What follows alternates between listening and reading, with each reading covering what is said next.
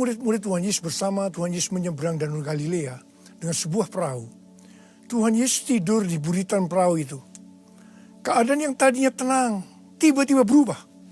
Angin taufan datang menerpa, ombak besar datang, dan air masuk dalam perahu.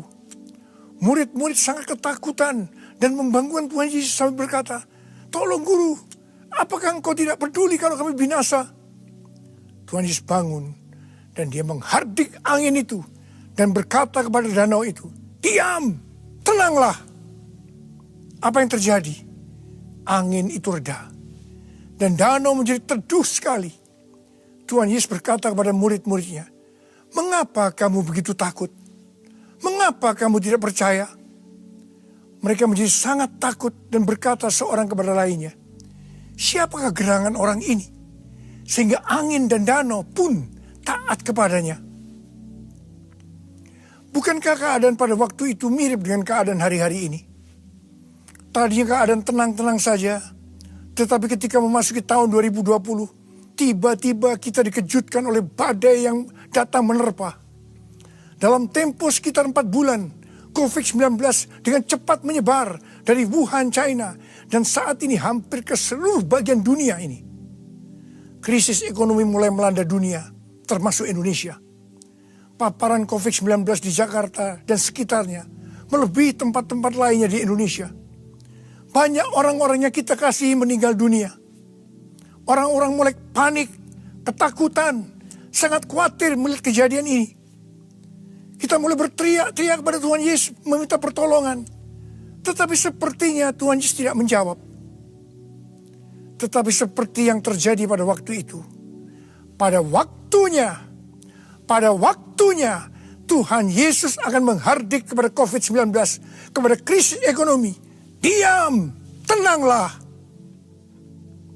Setelah itu kita akan terheran-heran melihat bahwa semua kejadian mencekam ini akan berhenti, akan berlalu. Saya percaya setelah kejadian ini akan banyak orang bertanya, siapakah gerangan Tuhan Yesus sehingga COVID-19 dan krisis ekonomi menurut perintahnya? Siapakah sebenarnya Tuhan Yesus itu? Dia adalah Allah yang menjelma menjadi manusia. Segala sesuatu dia yang punya. Segala sesuatu harus menurut perintahnya. Termasuk COVID-19. Termasuk krisis ekonomi. Jadi melalui semua peristiwa ini, akan banyak orang yang tahu bahwa Tuhan Yesus adalah Allah yang menjelma menjadi manusia.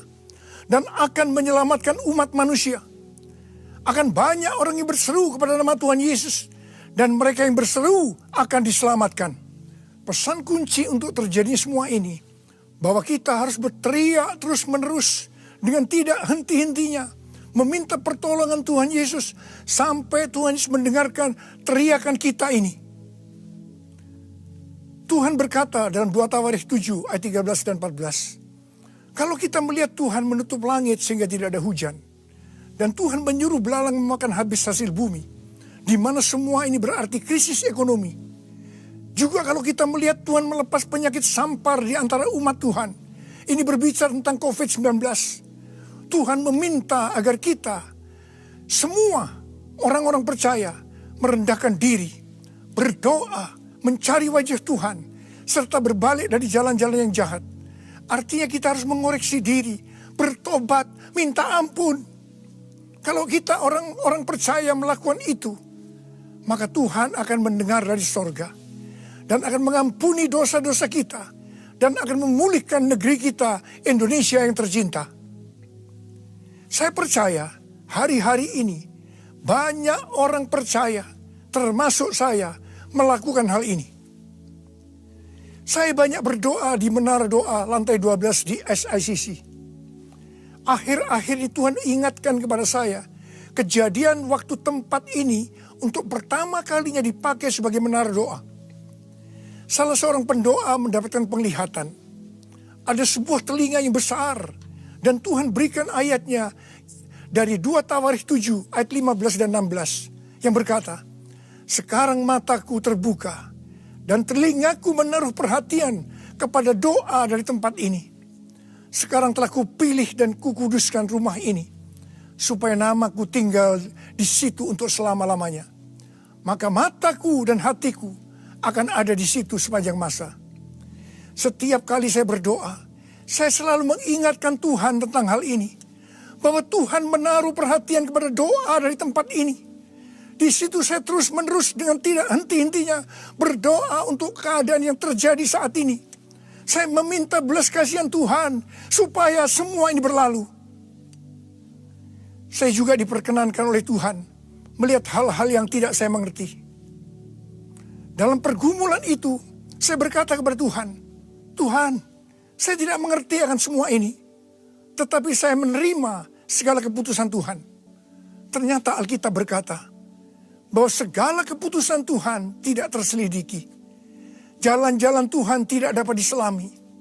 Engkau, Tuhan yang berdaulat. Sebab segala sesuatu adalah dari Tuhan. Dan oleh Tuhan. Dan kepada Tuhan.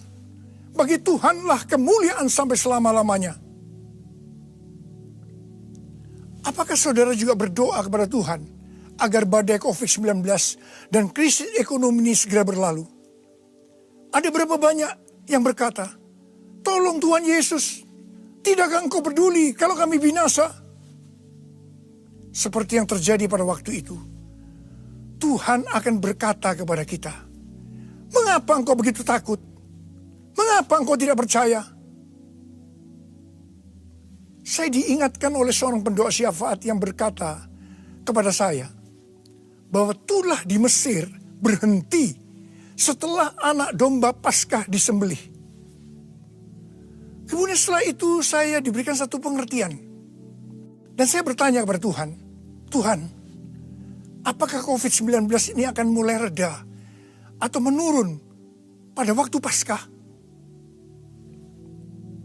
Setelah itu ada yang memberikan kepada saya nubuatan Chuck Pierce yang dituliskan dalam charismanews.com. Chuck Pierce pada waktu tahun 2006 pernah bernubuat untuk saya, yaitu akan dipakai dalam pelayanan kesembuhan. Dan nubuatan itu terjadi. Nah, Chuck Pierce pada bulan September 2019 bernubuat bahwa bangsa-bangsa akan mengalami kekacauan sampai Paskah 8 sampai 16 April. Tanggal 26 Januari 2020, kembali Chuck Pierce bernubuat bahwa suatu wabah yang besar datang menyerbu untuk menguji kita sampai dengan Paskah. Bagi saya, apakah hal ini berarti bahwa pada waktu Paskah COVID-19 ini akan mulai reda atau menurun?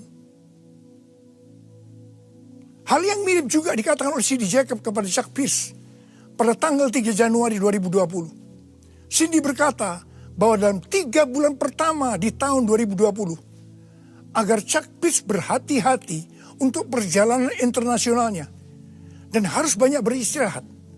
Dan itu dilakukan oleh Chuck Pierce. Sekarang Chuck Pierce banyak menulis buku dan istirahat. Selain itu, Chuck Pierce menginterview seorang nabi bernama Shawn Bolz yang berkata bahwa Tuhan memberitahu kepada dia bahwa akhir COVID-19 sudah dekat. Terhadap nubuatan ini, saya meresponi dengan doa-doa saya. Di mana yang tadinya difokuskan untuk meminta kepada Tuhan agar COVID-19 itu berhenti. Tetapi sekarang Tuhan Yesus menyuruh saya untuk melakukan seperti apa yang telah dilakukan oleh Tuhan Yesus. Yaitu dengan menghardik badai itu dan berkata, diam, tenanglah. Karena itu sekarang saya memerintahkan kepada COVID-19 dan kepada krisis ekonomi dengan berkata, diam, tenanglah. Kita sekarang memasuki peperangan rohani yang dahsyat.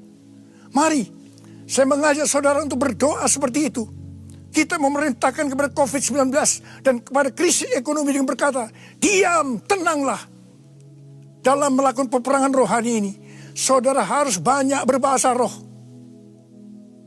Saya percaya setiap kita menginginkan agar badai COVID-19 dan krisis ekonomi cepat berlalu.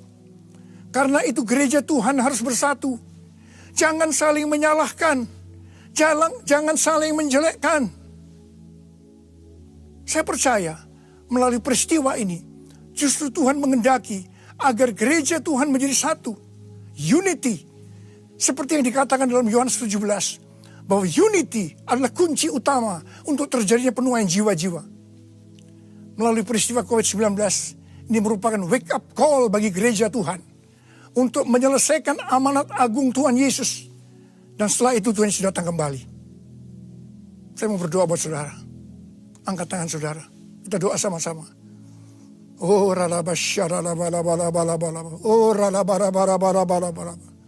Tuhan, Kau melihat keadaan anak-anak-Mu saat ini, Tuhan. Mereka membutuhkan pertolongan Tuhan. Dan Engkau hari ini memberikan kepada kami cara untuk menyelesaikan semua ini. Engkau mau ya Tuhan, kami yang percaya sekarang memerintahkan kepada COVID-19, memerintahkan kepada krisis ekonomi. Diam, tenanglah. Dan saya percaya Tuhan, apa yang dikatakan oleh kami, itu akan terjadi. Bapak, terima kasih buat semuanya. Engkau berikan otoritas kepada kami semua. Bapak, sembuhkan yang sakit. Sembuh dalam nama Yesus. Sembuh dalam nama Yesus. Sembuh dalam nama Yesus. Engkau tolong anak-anak-Mu ya Tuhan. Tolong anak-anak-Mu. Dalam nama Yesus. Amin. Walau 1000 rebah di sisiku, Kau tetaplah Allah penolongku. Walau 10.000 rebah di kananku, takkan ku goyah sebab Yesus sertaku. Walau 1000 rebah di sisiku, Kau tetaplah Allah penolongku. Walau 10.000 rebah di kananku, takkan ku goyah sebab Yesus sertaku. Takkan ku goyah sebab Yesus